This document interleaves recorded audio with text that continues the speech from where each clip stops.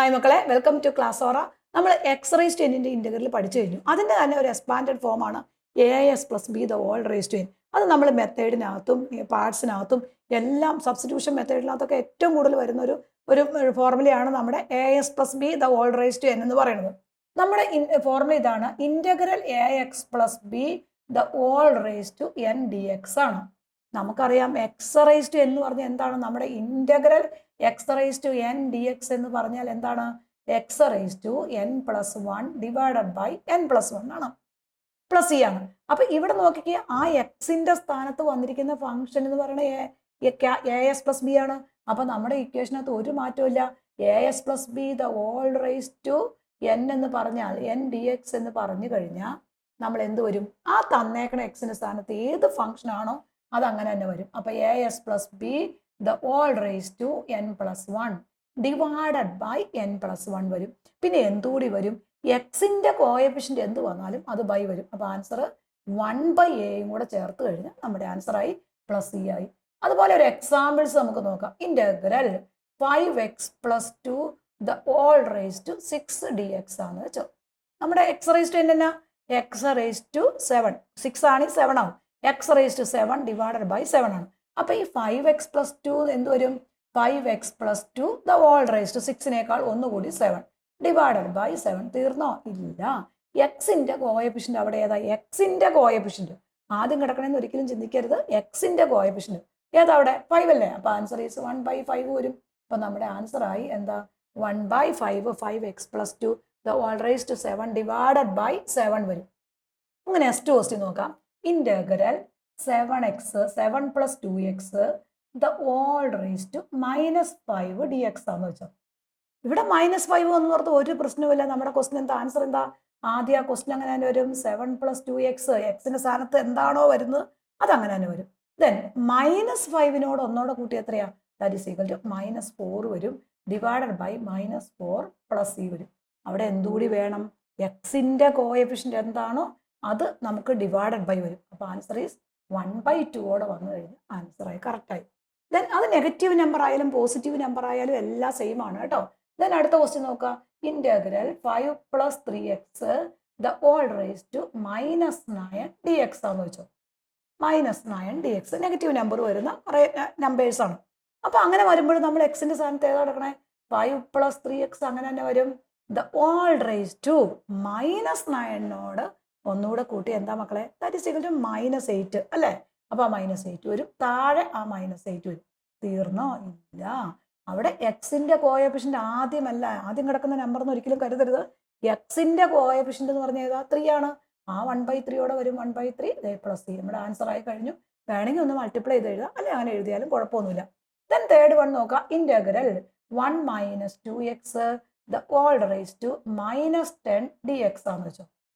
അവിടെയും എന്താണ്, നമ്മൾ തന്നിരിക്കുന്ന നമ്പർ അങ്ങനെ തന്നെ വരും. That is equal to 1 - 2x the whole raise to -10നോട് ഒന്നോടെ കൂട്ടിയത് ദാറ്റ് ഈസ് ഈക്വൽ ടു -9 വരും ഡിവൈഡഡ് ബൈ -9 പ്ലസ് ഇ വരും. അവിടെ തീർന്നോ? ഇല്ല. അവിടെ എക്സിന്റെ കോഎഫിഷ്യന്റ് ഏതാണ്, ദാറ്റ് ഈസ് ഈക്വൽ ടു -2. അപ്പോൾ 1/-2 വരും. ഇത് വേണമെങ്കിൽ ഒന്ന് സിംപ്ലിഫൈ ചെയ്ത് എഴുതാം നമുക്ക്. 1 - 2x the whole raise to -9. ഈ -2 -9 കൂടെ വരുമ്പോൾ that is equal to 18 plus E. നമ്മുടെ answer is 1 - 2x the whole raise to -9 divided by 18 ആയി. കുറച്ച് ക്വസ്റ്റ്യൻസ് നിങ്ങൾ വർക്കൗട്ട് ചെയ്ത് നോക്കുക കേട്ടോ. 3 + 2x the whole raise to 5 തന്നെ ചെയ്ത് നോക്കണം. അപ്പോൾ നമ്മൾ ആൻസർ നോക്കാതെ നമ്മൾ കറക്റ്റായിട്ട് ചെയ്യാൻ നമുക്ക് കിട്ടണമെങ്കിൽ നമ്മളത് പഠിച്ചു കഴിഞ്ഞു, പിന്നെ നമ്മൾ തിരിഞ്ഞു നോക്കേണ്ട ആവശ്യമില്ല. ഈ 2 പ്രോബ്ലം നിങ്ങൾ വർക്കൗട്ട് ചെയ്ത് നോക്കുക. ഒരു ഫംഗ്ഷൻ ഡിനോമിനേറ്റർ വരുമ്പോൾ integral dx divided by 4x + 2 the whole raise to 5. നമ്മൾ ന്യൂമറേറ്റർ മാത്രമല്ല, ഈ ഫംഗ്ഷൻസ് എല്ലാം നമുക്ക് ഡിനോമിനേറ്റർ വരും അല്ലേ. നമുക്കറിയാം ഡിനോമിനേറ്ററിൽ ഒരു ഫംഗ്ഷൻ വന്നു കഴിഞ്ഞാൽ ഡെറിവേറ്റീവിനകത്തും ഇൻ്റഗ്രേഷനകത്തും അത് എന്ത് ചെയ്യണം, ന്യൂമറേറ്ററിലേക്ക് കൊണ്ടുപോകണം. അപ്പൊ ഈ ഒരു ഫംഗ്ഷൻ ന്യൂമറേറ്ററിൽ വരുമ്പോൾ എന്തായിരിക്കും, എക്സ്പോണൻഷ്യലിന്റെ റൂൾ അനുസരിച്ച് +5 എന്താവും, -5 ആവും. -5 എന്താവും, പോസിറ്റീവ്. ഇവിടെ എന്ത് വരുന്നുവോ അതിന്റെ ഓപ്പോസിറ്റ് വരും. അങ്ങനെ ആവുമ്പോൾ ഇത് എന്താവും മക്കളെ, that is equal to 4x + 2 ഇവിടെ +5 ആണ്. അപ്പൊ അത് മുകളിലോട്ട് പോകുമ്പോൾ എന്തായിരിക്കും, that is equal to -5 dx എന്ന് വരും. ഇനി ഇവിടെ നമുക്ക് നോക്കാം, ഇതിനെ ഇന്റഗ്രേറ്റ് ചെയ്യണം. ഇത് നമ്മുടെ എക്സ് റേസ് ടു എന്നിന്റെ ഇന്റഗ്രൽ എന്നാ x raise to n d x എന്ന് പറഞ്ഞാൽ x raise to n plus one divided by n plus one plus ആണ്. ആ ഒരു ഇക്വേഷൻ തന്നെയാണ് നമ്മൾ ഈ ഫോർമുലയിലും കൊടുക്കുന്നത്. അപ്പൊ എന്ത് വരും? That is equal to 4x plus 2 the whole rice to minus 5നോട് ഒന്നോടെ കൂട്ടി എന്താ? That is equal to -4 divided by -4 plus C. എന്തു തീർന്നോ? ഇല്ല, അത് മറന്നു പോകരുത്. എക്സിന്റെ കോയഫിഷ്യന്റ് അവിടെ ക്വസ്റ്റിനിൽ തന്നെ കൊടുക്കാം. That is equal to 4. അപ്പൊ എന്ത് വരും? 1/4 വരും. ഇനി ഇത് വേണമെങ്കിൽ ഒരു സ്റ്റെപ്പോടെ എഴുതാം. 4x plus 2 the whole rice to -4. ഈ രണ്ട് നമ്പർ നമുക്കൊന്ന് പ്രോഡക്റ്റ് ചെയ്യാം. That is equal to 4 × -4 that is equal to -16 plus C. നമ്മുടെ ആൻസർ ആയി. ഇതൊക്കെ നമ്മുടെ സമയം പോലെ നിങ്ങൾ ചെയ്താൽ മതി. അത്രയൊക്കെ എഴുതി കഴിയുമ്പോൾ തന്നെ ഓൾറെഡി മാർക്കൊക്കെ കിട്ടും നമുക്ക്. ഇനി ദെൻ സെക്കൻഡ് ക്വസ്റ്റ്യൻ നമുക്ക് നോക്കാം. Integral dx divided by 8x plus 1 the whole rice to -8 ആണെന്ന് വെച്ചാൽ -8 ആണെങ്കിൽ അത് ഡിനോമിനേറ്ററിൽ നിന്ന് ന്യൂമറേറ്ററിലേക്ക് പോകുമ്പോൾ എന്താവും? That is equal to 8x plus 1 the whole rice to negative value മുകളിലോട്ട് പോകുമ്പോൾ എന്താവും? പോസിറ്റീവ് ആവും. എക്സ്പോണൻഷ്യലിന്റെ റൂൾ അനുസരിച്ച് raise to into d x വരും. ദാറ്റ് ഈസ് ഈക്വൽ ടു ഇവിടെ എക്സ്പോണൻഷ്യൽ ആണ്, പവറാണ്. ആ പവർ നേരെ മുകളിലോട്ട് പോകുമ്പോൾ -8 ആവും. ഈ 8x പ്ലസ് 1 വെറുതെ മുകളിലോട്ടൊന്നും പോകത്തില്ല കേട്ടോ. അപ്പൊ ഈ ഒരു എക്സ്പോണൻഷ്യൽ വാല്യൂ ഉള്ളത് കൊണ്ട് അത് നേരെ മുകളിലോട്ട് പോകുമ്പോൾ ന്യൂമറേറ്ററിലേക്ക് പോകുമ്പോൾ ദാറ്റ് ഈസ് ഈക്വൽ ടു +8 ആവും. അപ്പൊ നമ്മുടെ ആൻസർ ആയി കഴിഞ്ഞു. 8x plus 1 the whole rice to 9 divided by 9. തീർന്നോ? ഇല്ല, അവിടെ എന്തോടെ വരും? എക്സിന്റെ കോയഫിഷ്യന്റ്. എന്താ എക്സിന്റെ കോയഫിഷ്യന്റ്? 8 ആണ്. അപ്പോൾ 1/8 വരും, പ്ലസ് സി വരും. അപ്പൊ നമ്മുടെ ആൻസർ ആയി. ഇത് വേണമെങ്കിൽ പ്രോഡക്റ്റ് ചെയ്ത് എഴുതാം, എഴുതിയില്ലാലും കുഴപ്പമൊന്നുമില്ല. അവിടെ നമുക്കുടെ ആൻസർ ഫുൾ മാർക്ക് കിട്ടും. അപ്പൊ നമ്മൾ ഡിനോമിനേറ്ററിനകത്ത് നമ്പർ വന്നാൽ പഠിച്ചു കഴിഞ്ഞു. ഇനി ഇതേ പ്രോബ്ലം തന്നെ ഡിനോമിനേറ്ററിനകത്ത് നമുക്ക് എന്താണ്? ഫ്രാക്ഷൻ നമ്പർ വരാം. Integral dx divided by 5x plus 2 the whole rice to 3/2 ആണെന്ന് വെച്ചു. ഡിനോമിനേറ്ററിന് ഫ്രാക്ഷൻ നമ്പർ വന്ന അതേപോലെ നമ്മൾ എന്ത് ചെയ്യണം? അതിനെ ന്യൂമറേറ്ററിലേക്ക് മാറ്റണം. ന്യൂമറേറ്ററിലേക്ക് മാറ്റുമ്പോൾ എന്താവും മക്കളെ? 5x plus 2 the whole rice to -3/2 ആവും അല്ലെ? 3/2 പോസിറ്റീവ് 3/2 എന്തായി മാറും? -3/2 dx ആവും. നമ്മുടെ ആൻസർ ആയി കഴിഞ്ഞു. ഇത് നമ്മൾ വീണ്ടും ആദ്യം പഠിച്ച അതേ ഫോമിലേക്ക് വന്നു. അപ്പൊ ഈ 5x പ്ലസ് 2 അങ്ങനെ തന്നെ ഇറക്കി എഴുതി. 5x പ്ലസ് 2 എന്താണോ അത് അങ്ങനെ തന്നെ ഇറക്കി എഴുതുക. ദെൻ ഇതിന്റെ പവർ എന്ത് ചെയ്യണം? നമ്മൾ ആഡ് ചെയ്യണം. എന്താ ചെയ്യേണ്ടത്? ഇവിടെ -3ഉം പ്ലസ് 2ഉം കൂടെ കൂട്ടണം. That is equal to -1. എന്താ ചെയ്യണേ? -3ഉം പ്ലസ് 2ഉം കൂടെ കൂട്ടുക, -1. ഈ ഡിനോമിനേറ്റർ വരുന്ന 2 വെറുതെ അങ്ങനെ എഴുതിയാൽ മതി. Then divided by -1/2 plus C ആയി. നമ്മുടെ ആൻസർ ആയി കഴിഞ്ഞു. ഇനി ഇതേപോലെ ഒരു എക്സാമ്പിൾ നോക്കാം നമുക്ക്. Integral dx divided by 7 - 2x the whole rice to -5/2 എന്ന് വെച്ചോ. അത് നെഗറ്റീവ് വന്നാലും പോസിറ്റീവ് വന്നാലും ഒരേ ഓർഡർ തന്നെയാണ്. നേരെ ന്യൂമറേറ്ററിലേക്ക് പോവുക. അപ്പൊ എന്തായി മാറും?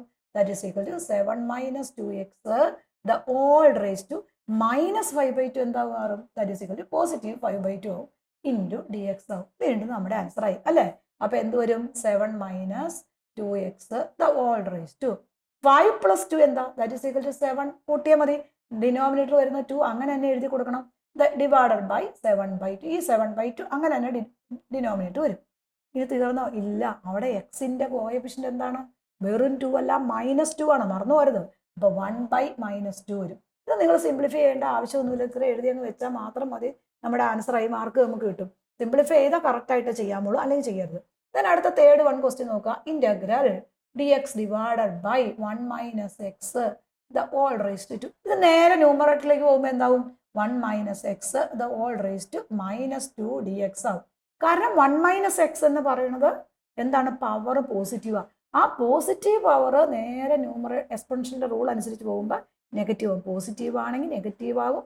ഡിനോമിനേറ്ററിൽ പോസിറ്റീവ് ആണെങ്കിൽ നെഗറ്റീവ് ആകും, നെഗറ്റീവ് ആണെങ്കിൽ പോസിറ്റീവ് ആകും. അത് ഓർത്ത് വെച്ചോളാം കേട്ടോ. ഇനി നമ്മുടെ ആൻസർ പറഞ്ഞ 1 - x -2നോട് ഒന്നോടെ കൂട്ടി എത്രയാ? -1 ഡിവൈഡഡ് ബൈ -1. തീർന്നോ? പ്ലസ് എഴുതി. തീർന്നോ? ഇല്ല, അവിടെ എക്സിന്റെ കോഎഫിഷ്യന്റ് എന്താ മക്കളെ? ഒന്നും ഇല്ലാതില്ല. 1/-1 -1 ഉണ്ട് അല്ലേ? അപ്പൊ എന്തോടെ വേണം? 1/-1ഓടെ വരും. വേണമെങ്കിൽ ഒരു സ്റ്റെപ്പ് നമുക്ക് എഴുതാം. 1 - x the whole rice to -1. ഈ -1 കൂടെ വരുമ്പോൾ that is equal to +1 + c. ഇതൊക്കെ നിങ്ങളുടെ ഇഷ്ടം പോലെയാണ്. നമ്മൾ കറക്റ്റായിട്ട് എഴുതാം. ലാസ്റ്റ് സ്റ്റെപ്പുകൾ എഴുതുമ്പോൾ കറക്റ്റായിട്ട് എഴുതണം, അല്ലെങ്കിൽ അവിടെ വെച്ച് വരച്ചോളൂ കേട്ടോ. അതല്ലെങ്കിൽ നമ്മുടെ മാർക്ക് പോകും. ക്ലിയർ ആയല്ലോ? നമുക്കറിയാം നമ്മുടെ ക്ലാസ്സോടെ ലേണിംഗ് ആപ്പിനകത്ത് ഓരോ ബേസ് ഇതുപോലെയാണ് നമ്മൾ പഠിപ്പിച്ച് പോകുന്നത്. അപ്പോൾ നിങ്ങൾ L1 എന്ന് പറയുന്ന ഒരു ടോപ്പിക്ക് തീരുന്നതോടുകൂടി L2 L3 നിങ്ങൾക്ക് വളരെ ക്ലിയർ ആയി പോകും. L1 എന്ന് പറയുന്നത് നമ്മുടെ ചാപ്റ്ററിന്റെ ബേസിക്കും കണ്ടന്റുകളുമാണ്. L2 എന്ന് പറയുന്നത് ചാപ്റ്റർ എന്താണ്, ചാപ്റ്ററിലെ എക്സർസൈസുകളാണ്. L3 എന്ന് പറയുന്നത് നമ്മുടെ ആ ചാപ്റ്ററിനകത്ത് വരുന്ന പ്രീവിയസ് ഇയർ ക്വസ്റ്റ്യൻ ആണ്. CBSE കുട്ടികൾക്ക് വേണ്ടി L4 എന്ന് പറയുന്ന ഒരു ടോപ്പിക്കോടെ ഉണ്ട്. അത് അവരുടെ ആപ്ലിക്കേഷൻ ലെവൽ ക്വസ്റ്റ്യൻസും അവരുടെ എക്സർസൈസുകളുമാണ് വരുന്നത്. അപ്പൊ നമ്മൾ ആപ്പിൽ കയറുന്ന ഓരോ കുട്ടിക്കും ഒരു ചാപ്റ്റർ, നമ്മുടെ ക്ലാസ് എന്താണെന്ന് മനസ്സിലാവാൻ വേണ്ടിയിട്ട് ഒരു ചാപ്റ്റർ ഫ്രീ ആയിട്ട് നിങ്ങൾക്ക് എല്ലാ കുട്ടികൾക്കും ആപ്പിൽ കയറുമ്പോൾ നമുക്ക് കാണാൻ പറ്റുന്നു. ഫ്രീ ആയിട്ട് L1ഉം L2ഉം L3യും അതിൻ്റെ L1ന്റെ നോട്ട്, L2ന്റെ നോട്ട്, L3യുടെ നോട്ട്, അത് എല്ലാം ഓരോന്നും സെപ്പറേറ്റ് തിരിച്ചാണ്. അപ്പോൾ മാക്സിമം കുട്ടികൾ ഇത് പ്രയോജനപ്പെടുത്തി നമ്മുടെ +2 എക്സാമിന് 90% എബോവ് മാത്സിന് മേടിക്കാൻ നിങ്ങൾ റെഡി ആവുക കേട്ടോ.